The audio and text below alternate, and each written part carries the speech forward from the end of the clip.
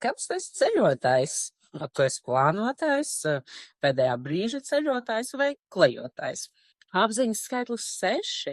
Cilvēki dzīvojuši 6., 15. un 24. datumā.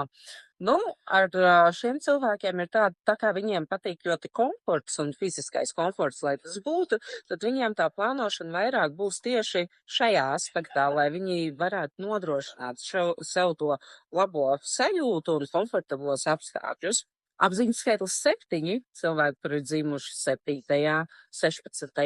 un 25. datumā, tie būs diezgan spontāni, diezgan lieli klejotāji, lai varētu apcerēt pasauli, izpētīt pasauli. Es zinu arī dažus septītniekus, kuriem ir vajadzīgs laicīgi zināt, jo tad viņi var to apdomāt, bet tas pats ceļojuma plāns jau vairs nav tik būtisks. Apziņas skaitlis 8. Cilvēki dzimuši 8., 17. un 26. datumā, tie būs vairāk plānotāji, jo viņiem ir atkal svarīgi, lai resursi, laika resursi, naudas resursi, enerģijas resursi tiktu maksimāli efektīvi izmantots un nekas neaizietu zudībā. Viņiem vispār kā tādiem patīk visu kontrolēt, pārzināt, visu pārvaldīt.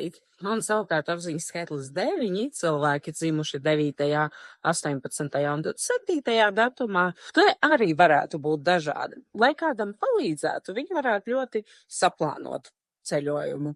Atkal priekš sevis, viņiem tik labi patīk adrenalīns, un tad tas var notikt pēkšņi ļoti spontāni. Iespējams, pat daži no viņiem var staigāt ar pasi somiņā, lai jebkurā brīdī varētu kaut kur aiztraukties. Kāds ir tavs dzimšanas datums un kāds tu ceļotājs esi un vai šis šeit teiktais atbilst tev? Padalies komentāros un piesako manam profilam.